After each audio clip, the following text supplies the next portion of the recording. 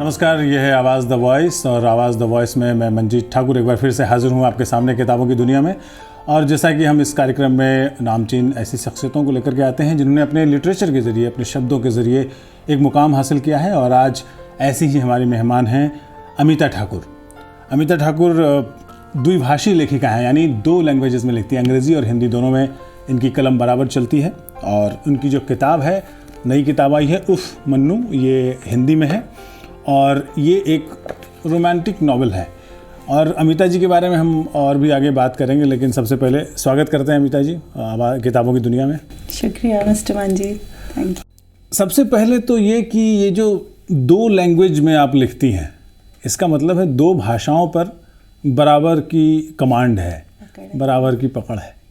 ये हम लोगों ने ट्रांसलेटर्स बहुत सारे होते हैं, अनुवादक बहुत सारे होते हैं जिनको एक लैंग्वेज बहुत अच्छे से आती है और दूसरी इतनी आती है कि ट्रांसलेट कर सके। ये महारत हिंदी में भी और अंग्रेज़ी में भी कम लोगों में देखने को मिलता है। सो आई थिंक इसकी वजह है कि मेरा जो बचपन था वो इलाहाबाद में हुआ। मतलब मैं इलाहाबाद में नर्सरी से लेके क्लास 5 तक इलाहाबाद में पढ़ी। वहाँ पे आपको हिंदी मालूम है कितनी शुद्ध बोली जाती है। तब मुझे याद है हम ऐसे बोलते थे, हम जा रहे हैं, हम आ रहे हैं, मम्मी हम ये नहीं खाएंगे, मम्मी हम वो नहीं खाएंगे।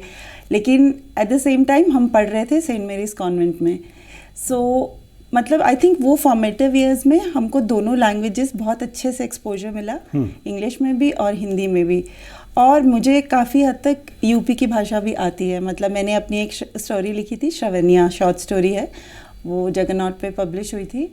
वो मैंने पूरी जो इलाहाबाद की ठेठ लैंग्वेज होती है ना, तुम काहे ये नहीं कर रहे हो, तुम काहे जा नहीं रहे हो, उसमें लिखी थी। सो वो भी समाव मेरे में है। और थोड़ी बहुत उर्दू जैसे आपने इस बुक में देखी होगी वो भी है, बिकॉज आई थिंक वही फॉर्मेटिव ईयर्स में हमारे पड़ोसी मुस्लिम थे, हम उनके घर ही घुसे रहते थे। मतलब उनके भी छोटे बच्चे थे, हम लोग भी छोटे थे, तो हम उनके घर में ही रहते थे। और आई थिंक जब मैं लिखती हूँ और वो वर्ड्स इतनी नेचुरली मेरे उसमें आते हैं, तो मैं कभी कभी आई वंडर कि मैंने तो कभी कोई उर्दू का लिटरेचर पढ़ा नहीं, मुझे तो पढ़ना भी नहीं आता उर्दू, तो ये शब्द कहाँ से आ जाते हैं मेरी लैंग्वेज में, पर वो आ जाते हैं, आई डोंट नो कैसे। सो मे बी शायद मेरा exposure to the mixed cultures इतना ज़्यादा रहा है कि वो वर्ड्स अपने आप आते हैं मेरी लैंग्वेज में। और पंजाबी, बिकॉज मेरे मम्मी पापा की लैंग्वेज है, हाँ।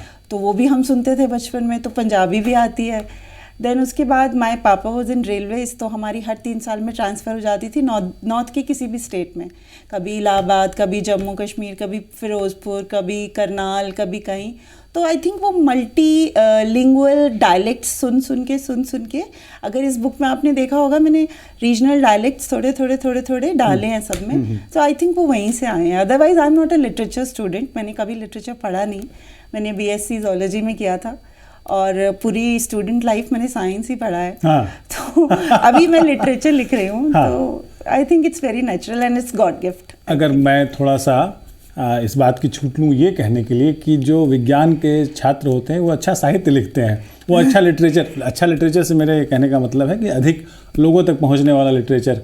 उनकी लैंग्वेज जो है वो चूँकि फर्स्ट उनके मतलब आदतन नहीं आती है, वो सीखी हुई आती है, तो इसलिए शायद उसका भी प्रभाव मुझे दिख रहा है उफ मन्नू में।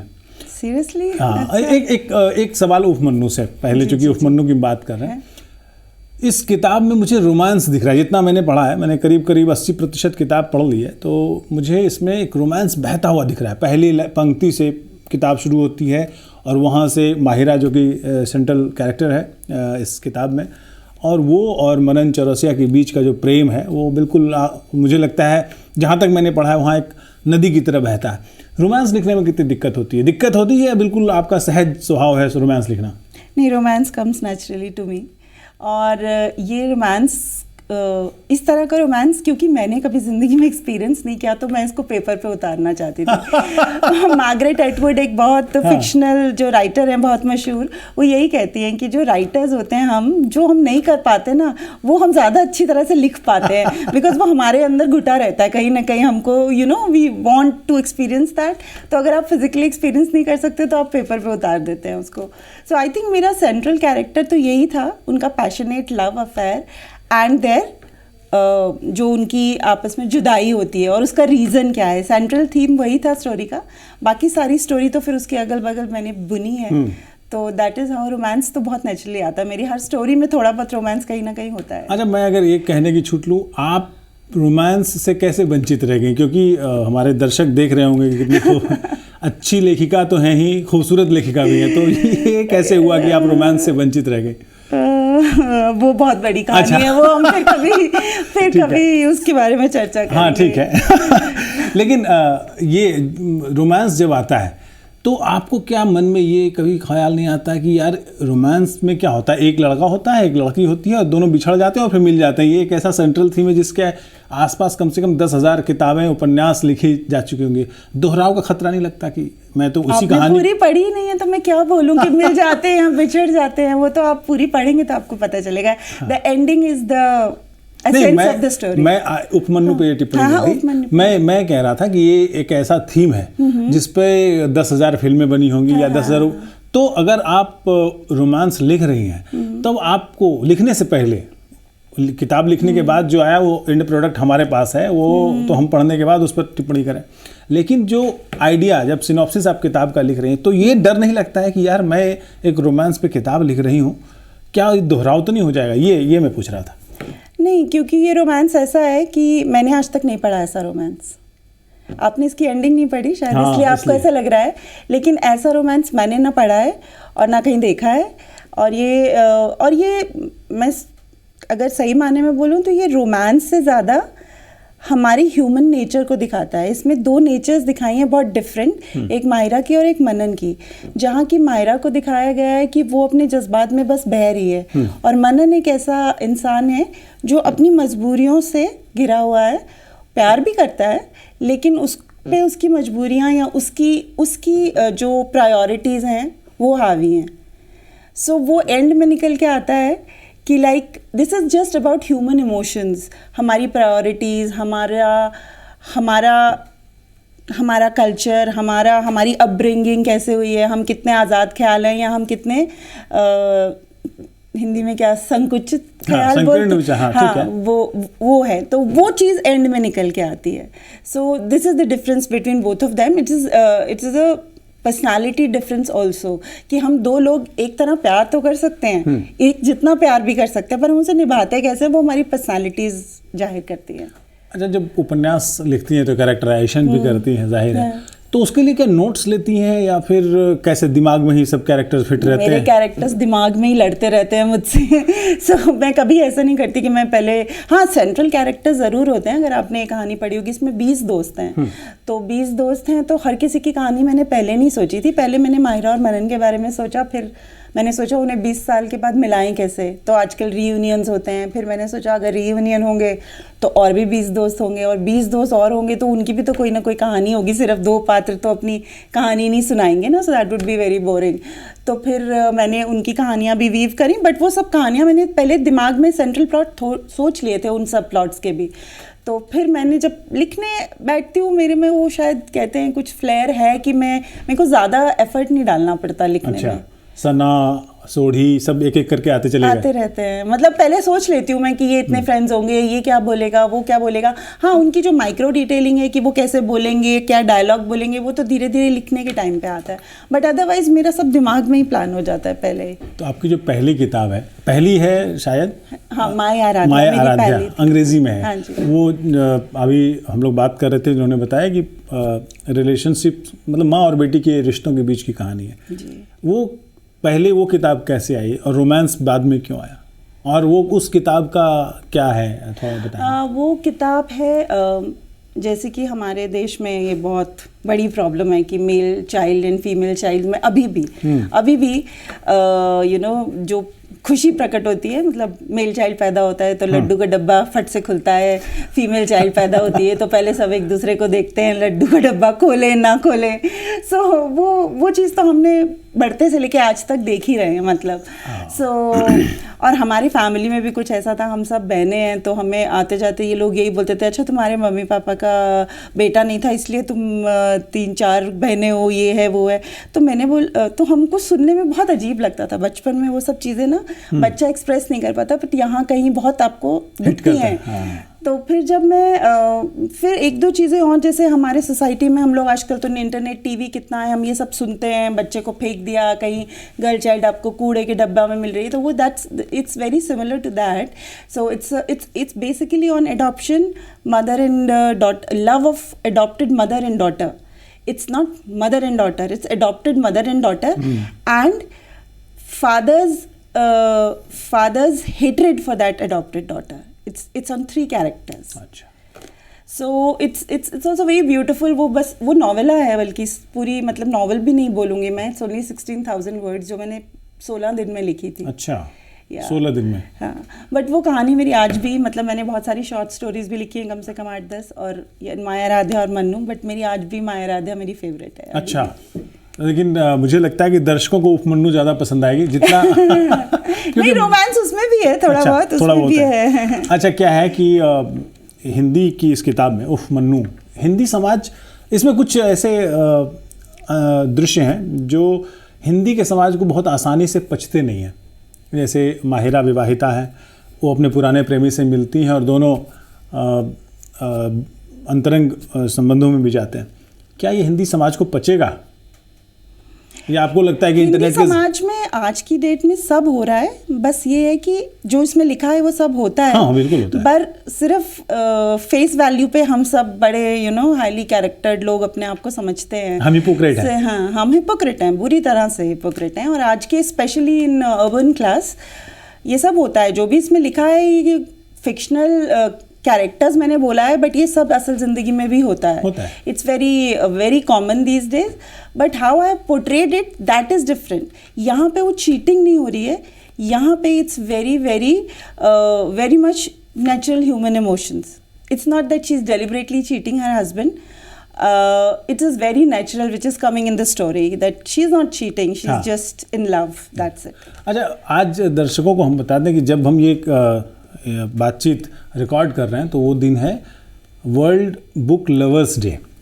तो संयोग है. अच्छा. तो ये बुक लवर्स डे पर किताबों के बारे में हम चर्चा कर रहे हैं, और एक सवाल बनता है राइटर से कि अमिता जी, आज के जनरेशन में जिसका अटेंशन स्पान 3 सेकंड या 4 सेकंड का है, जो रील देखने वाली पीढ़ी है, क्या वो किताब अभी भी पढ़ रही है? क्योंकि बुक लवर्स डे है. तभी आप देखेंगे मेरी पहली किताब सिर्फ 80 पेजेस की है और ये 172 या 173 पेजेस की है. I deliberately make it very short कि लोग, अगर आप कार में भी जा रहे हैं, आप गुड़गांव से दिल्ली भी ट्रेवल कर रहे हैं, तो आप इस कहानी को ख़त्म कर सकते हैं. बट हाँ, वो एक जो शौक लुप्त होता जा रहा है ना किताबें पढ़ने का, स्पेशली पेपर बुक्स पढ़ने का, वो बहुत दुखदाई है. मैं अपने बच्चों के साथ भी बहुत, मेरी इस बारे में लड़ाई होती है कि तुम लोग सिर्फ सब कुछ इंटरनेट पर क्यों पढ़ते हो, तुम पेपर बुक्स क्यों नहीं पढ़ते हो. बट क्या करें, ये मतलब ये तो बहुत बड़ा चैलेंज है हम सब पेरेंट्स के लिए भी, और बच्चे भी आई थिंक इस चीज़ से बहुत ख़राब हो रहे हैं. कि अभी कि मेरे दोनों बच्चों को मैंने बहुत आदत डाली थी जब तक मेरा बस चलता था कि बुक्स पढ़ो. बट अब मेरा बस नहीं चलता है, तो वो क्या करते हैं मुझे नहीं पता. अभी कि उनको भी नॉलेज बहुत है, पर आई थिंक पेपर रीडिंग और इलेक्ट्रॉनिक रीडिंग में अभी भी बहुत फ़र्क है. जो सुकून इन बुक्स को पढ़ के मिलता है, वो लाइट और वो आपके फ़ोन की जो रीडिंग है उससे नहीं मिलता है. And that is also very short and very concise, hard hitting जो है वो मटेरियल वो लोग पढ़ते हैं बुक इंटरनेट पे. जैसे मेरी बेटी हर दिन छोटी वाली फ़ैन फिक्शन पढ़ती है. हाँ. मुझे नहीं पता उसमें क्या लिखा होता है, वो पूरा दिन फ़ैन फिक्शन पढ़ रही होती है. ऐसे कि इसमें क्या होता है मुझे नहीं पता, ना मैंने पढ़ा कभी. कहती है आपको नहीं समझ में आएगा.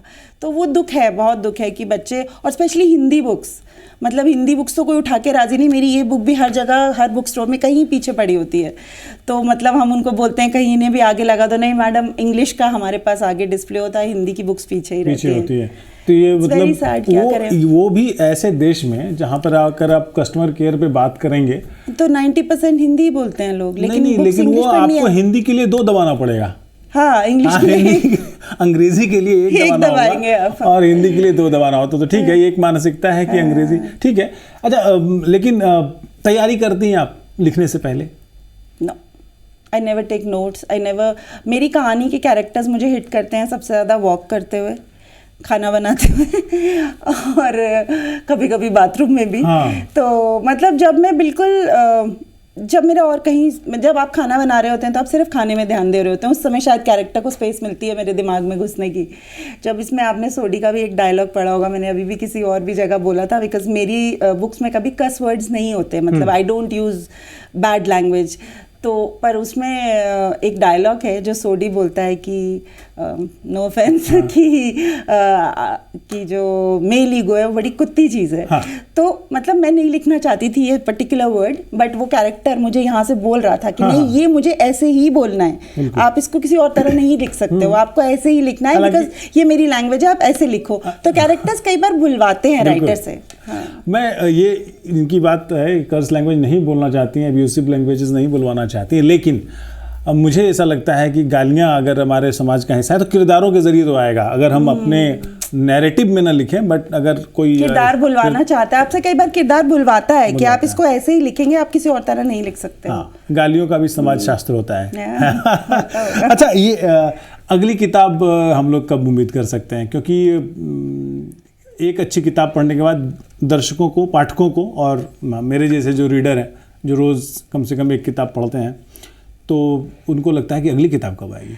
मेरी दूसरी किताब रेडी है, वो इंग्लिश में है। और अगर मिक्स रीडर्स सुन रहे हैं इस इंटरव्यू को, तो आई वुड से कि ये हिंदी की किताब भी हिंदी नहीं है, मतलब इसमें रीजनल डायलेक्ट्स भी हैं, इंग्लिश के भी बहुत यूसेज है, अगर आपने देखी होगी, जो हिंदी स्क्रिप्ट में लिखी हुई है। तो मतलब आप ऐसा नहीं सोच सकते कि ये कोई शुद्ध हिंदी की किताब उठा के आपको कोई मुसीबत है पढ़ना है, नहीं, ऐसा कुछ नहीं है। It's very contemporary written book. तो जो अगली किताब है वो इंग्लिश में है फिर से। तो मैं चाहती हूँ मेरे रीडर्स ऐसे ना हो कि हिंदी वाले और इंग्लिश वाले, मेरे रीडर्स बस मेरे रीडर्स हों। हाँ। तो इसलिए मैं ये बोलना चाहती हूँ कि इंग्लिश हिंदी पे मत जाएं। अगर आपको मेरी एक कहानी पसंद आएगी तो आपको मेरी सारी कहानियां पसंद आएंगी। हालांकि दर्शकों को मैं एक बात और कहना चाहता हूँ, जो अमिता जी ने कहा शुद्ध हिंदी नाम की कोई चीज़ नहीं होती है। हिंदी में 4 तरह के शब्द होते हैं, तत्सम, तद्भव, देशज और विदेशज। तो हमारे यहाँ हर तरह के शब्द होते हैं, समोसा, कुर्सी, चारपाई, लोटा, रस्सी, सब अलग अलग भाषाओं से लिए हुए हैं। इसलिए हिंदी अपने आप में भाषा है। खिचड़ी शुद्ध कैसे होगी? उसमें दाल चावल होना पड़ेगा उसमें। बहरहाल अमिता जी, आजकल आप अपने लेखन के अलावा कुछ और पढ़ रही हैं, कुछ और किसी और बड़े राइटर का? या मेरे को वो राइटर का नाम नहीं याद आता मुझे, मैंने अभी खरीदी है वो, चांद, पेंगुइन की बुक है, 4 चांद, कई चांद थे सरे आसमान। हाँ, ये शमसुर रहमान फारूकी की है किताब। मैंने अभी शुरू ही की है, मैंने अभी 5-6 पन्ने ही रात में पढ़े हैं। अच्छा। बट मुझे इंटरेस्टिंग लग रही है वो किताब भी। वो बहुत ही इंटरेस्टिंग किताब है। वो मैंने उठाई है, बहुत मोटी किताब है, पर मैं पढ़ूंगी उसको। मतलब वो उसकी लैंग्वेज मुझे बहुत सही लग रही है, पर वो जैसे मैंने लिखा है वैसी सी लैंग्वेज है, बहुत सुंदर भाषा है उसकी। और फारूकी साहब की किताब जो है वो मुझे बहुत प्रतिष्ठित है। थोड़ा परिचय देंगे इनका? शमसुर रहमान फारूकी साहब प्रतिष्ठित लेखक हैं, हिंदी उर्दू में, मतलब उर्दू में लिखते हैं। हाँ, उनका अनुवाद जो है, लेकिन वो उसकी भाषा जो है, उसमें जो फ्लेयर है, बहुत सुंदर है, बहुत खूबसूरत है। मैंने अभी 10-12 पेज पढ़ के ही समझ लिया है कि बहुत अच्छी है। अच्छा, ये अगर हम आजकल के जनरेशन के बारे में फिर से बात करें, तो क्या कभी एक राइटर ये कहता है अपने नौजवान जो पाठक हैं उनसे कि यार मोबाइल ज़्यादा मत देखो, IQ कम होता है? ये शोध से स्थापित है कि ज़्यादा मोबाइल देखने से, रील देखने से आपकी अपनी सोचने की क्षमता प्रभावित होती है, जबकि प्रिंटेड बुक्स जो होते हैं, छपे हुए किताब, उनसे आपकी दोस्ती होती है। आप उनको नई किताबों को सूंघ कर देखिए, खुशबू आती है। सबसे बड़ी बात मैं ये तो अपने बच्चों से भी कहती हूँ बहुत, कि प्रिंट मीडिया में और डिजिटल मीडिया में क्या फ़र्क है। प्रिंट मीडिया में 1 वे ट्रैफिक है, what they are showing you are imbibing. ठीक है, आप कुछ खुद नहीं सोच रहे हैं, आप बस देख रहे हैं और आप उसको अपने अंदर एब्जॉर्ब कर रहे हैं। अब मेरी ये किताब है, जैसे इसमें एक लाइन ही लिखी है, एंड में, आपने नहीं पढ़ी, उसमें एंड में एक लाइन है सिर्फ कि क्या ज़ारून अपना बिखरा हुआ सामान समेट पाएगा। अब ये एक लाइन है, इट्स अ मेटाफर, राइट? जो मेरा रीडर है, अगर वो उसे पढ़ेगा ना, वो उसको 10 तरह से सोचेगा। तो हमेशा ये कहते हैं कि प्रिंट राइटिंग या कोई भी फिक्शन राइटिंग या कोई भी राइटिंग आपके माइंड को स्टिमुलेट करती है। क्यों हमारे बचपन से ही हमारे स्कूल्स में बच्चों को बोलते हैं बुक्स पढ़ो, because it stimulates your mind, it gives you reasons to question again, right? It gives you reasons to question. Whereas digital media में क्या होता है, मेरी बेटी है, उसने फैन फिक्शन पढ़ी, जो फैन फिक्शन में लिखा था उसने मान लिया, उसने क्वेश्चन नहीं किया कुछ भी। अच्छा, ये दिखाया था टॉम और जेरी ऐसे लड़ते हैं तो ऐसे ही लड़ते हैं। टॉम एंड जेरी वो उनके बच्चों के दिमाग में है कि टॉम ऐसा है, जेरी ऐसा है, टॉम भागेगा, जेरी उसको भगाएगा। So where is the stimulation of mind? So this is the difference between reading and between watching. और वॉचिंग में भी खास करके जो आजकल के रील्स है वो तो बहुत ही कूड़ा है, लिपसिंग है, डांस है, वो कब तक चलेगा, कब तक आपका मनोरंजन करेगा। ज्ञान का जो असली भंडार है जो आपके जीवन में एक अलग स्थान बनाएगा, वो किताबें पढ़ना है, चाहे आप फिक्शन पढ़ें, उपन्यास पढ़ें, पोइट्री पढ़ें या नॉन फिक्शन पढ़ें। साथ में मैं एक बात और ये कहना चाहता हूँ कि जो किताबें हैं ना, वो आपके दिमाग में, आपके जहन में एक अलग दुनिया बनाती है। जैसे मैं अपना एक एग्जांपल आपको अमिता जी बताऊँ, मैंने बहुत छोटेपन में एक उपन्यास पढ़ा था जो हिंदी अनुवाद था, शरद चंद्र चट्टोपाध्याय की किताब परिणीता। उस पर एक मूवी आई, कई मूवी बन चुकी है, फिल्म आई उस पर जिसमें संजय दत्त थे और विद्या बालन और भी सैफ अली खान थे। मैंने वो मूवी नहीं देखी क्योंकि उस किताब को पढ़कर मेरे दिमाग में एक बहुत ही खूबसूरत फिल्म बनी हुई थी, मैं उसको तोड़ना नहीं चाहता। तो हर किताब के साथ आपके दिमाग में एक फिल्म बनती है और उस फिल्म को वो फिल्म जो है आपको एक अलग दुनिया में ले जाएगी, अलग कलर्स दिखाएगी, अलग रंग दिखाएगी। अच्छा, एक अभी जारून का नाम लिया था अमिता जी ने, आपको हम बता दें कि जारून जो है वो केंद्रीय कैरेक्टर जो है, नायिका है हमारी इस किताब की, माहिरा उसके हस्बैंड है, राइट। तो बिखरा हुआ सामान कैसे समेटते हैं, क्योंकि उनका शायद परिवार भी बिखर रहा है एक प्रेम केस में। अच्छा, मैं जी कुछ बोलिए। नहीं मैं सुन रही हूँ। अगर आज के दौर के कुछ लेखकों की पढ़ा है आपने हिंदी में, आज के जो कॉन्टेम्प्रेरी राइटर्स हैं, कई सारे राइटर हैं, अनुशक्ति सिंह हैं या मैं हिंदी मनीषा गुलश्रेष्ठ हैं, ऐसा कुछ? मैं हिंदी में मैंने सबसे ज़्यादा अभी रीसेंट मंटो पढ़ा। अच्छा। क्योंकि जब उनकी डेथ हुई उससे पहले मुझे उनके बारे में इतना नहीं पता था। तो मतलब नहीं, उनका कुछ हुआ था पीछे, कोई फेस्टिवल हुआ था, हाँ। क्या हुआ था, तो मैंने सबसे ज़्यादा उनकी कहानियाँ पढ़ी हैं जो मतलब मुझे हिला के रख दिया उन कहानियों ने। फिर मैंने जो बहुत ज़्यादा पढ़ी हैं वो पाकिस्तान के एक राइटर है, उनका नाम मैं फिर भूल गई हूँ, मुझे भी थोड़ा याददाश्त कमजोर हो रही है। मंटो भी पाकिस्तान चले गए थे, पर उनका जितना लिटरेचर था वो तो बिफोर पार्टीशन ही था, मतलब वो इंडिया में लिखा था। इस्मत चुगताई को पढ़ा था? इस्मत चुगताई को भी पढ़ी, उनकी कहानी है लिहाफ, बहुत शानदार लेखिका हैं। मंटो और इस्मत चुगताई पर एक साथ मुकदमे चलाए गए थे अश्लीलता के, कि आप अश्लील कहानियाँ लिख रही हैं, वल्गर कहानियाँ लिख रही हैं और लिख रहे हैं। लाहौर की अदालत में बड़ा फेमस है। और मैंने प्रेमचंद की ऑलमोस्ट सब कहानियाँ पढ़ी हैं। और आपने अभी इनका नाम लिया जो शरद चंद्र, उनकी भी पढ़ी है मतलब। बट ऑफ लेट मैं कहूँगी मैंने सबसे लास्ट जो हिंदी में पढ़े, और अभी जो आपको एक एग्जांपल दिया, वो मैंने नई बुक उठाई है पेंगुइन वाली। हाँ। क्या फिर से भूल गई, कई चांद थे सरे आसमान, कई चांद थे सरे आसमान। हाँ। उसको पढ़ लीजिए। हाँ, वो पढ़ रही हूँ मैं अभी। मैंने अब उसके कल ही खरीदी है, 8-10 पन्ने पढ़े हैं रात में, पर मुझे बहुत पसंद आ रही है। मतलब वैसी हिंदी मुझे आसानी से मुझसे पढ़ी जाती है। तो उफ मन्नू जो है वो मैं एक बार फिर से दिखा दूँ, ये पेंगुइन से प्रकाशित हुई है। और जो नया तबका है, नौजवान तबका है, जिसकी रील्स में रुचि है, बेशक रहे, पर ये किताब उनको भी बहुत अच्छी लगेगी, क्योंकि इसमें एक रोमांस है, घटनाएं हैं, बहुत सारे ऐसे पात्र हैं जिससे आप रिलेट कर पाएंगे। अमिता जी, और कुछ आप आखिरी फाइनल कमेंट करना चाहेंगी किताब के बारे में, या कुछ और? किताब के बारे में कि प्लीज़ ये किताब पढ़ें सब, हिंदी रीडर्स, इंग्लिश रीडर्स। और मेरी नेक्स्ट किताब is again a romance, but उसका जो सेंट्रल प्रेमाइस है वो है ड्रग अब्यूज़। अच्छा। और alcohol abuse you can say. सो मेरा मेन कैरेक्टर उसमें वो है, और वो भी आजकल की पीढ़ी के लिए ही है। मतलब that is again for all young readers. तो वो फिनिश्ड है, वो भी मतलब अब देखते हैं कौन सा पब्लिशर मिलता है उसको। तो अच्छा। वो बस आपने पूछा था, वो सवाल बीच में ही रह गया कि वो रेडी है, बस अब इसके बाद वो है। तो किताबें जो हैं लेखकों को प्रोत्साहित इसलिए करिए क्योंकि लेखक अपने समय के जो घटनाएं हैं, जो विचार हैं, उनको दर्ज करता है, और वो हमेशा के लिए दस्तावेज़ के रूप में, समाज की धरोहर के रूप में रह जाती हैं। अमिता जी, आप हमारे स्टूडियो में आई, बहुत बहुत शुक्रिया आपका, और हमारे दर्शकों का भी। आपको हमारा ये प्रोग्राम कैसा लगा? अमिता जी से कोई सवाल पूछना हो तो आप कमेंट में नीचे लिखिए, और हम ये सवाल अमिता जी तक पहुँचाएँगे, वो आपका जवाब देंगी। बहुत बहुत शुक्रिया अमिता जी आपका भी, और हमारे दर्शकों सभी का भी। अगले हफ्ते फिर मिलेंगे किसी ऐसी ही नामचीन शख्सियत के साथ। तब तक दीजिए विदा मंजीत ठाकुर को। नमस्कार।